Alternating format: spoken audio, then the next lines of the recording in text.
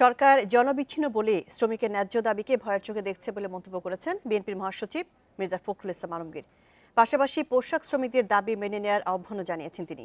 দুপুরে গণমাধ্যমে পাঠানো এক বিবৃতিতে তার অভিযোগ, অধিকার আদায়ে প্রতিবাদী মানুষের নিরাপত্তা সংকটাপন্ন। নির্বাচনের পর সরকার আরও বেপরোয়া বলেও দাবি করেন মির্জা ফখরুল। জানিয়েছেন, চলমান আন্দোলনে এক শ্রমিকের মৃত্যু হয়েছে। শ্রমিকদের অর্থনীতির চালিকা শক্তি উল্লেখ করে তাদের যৌক্তিক দাবিকে অবহেলা না করতে সরকারের প্রতি আহ্বান জানিয়েছেন বিএনপির মহাসচিব।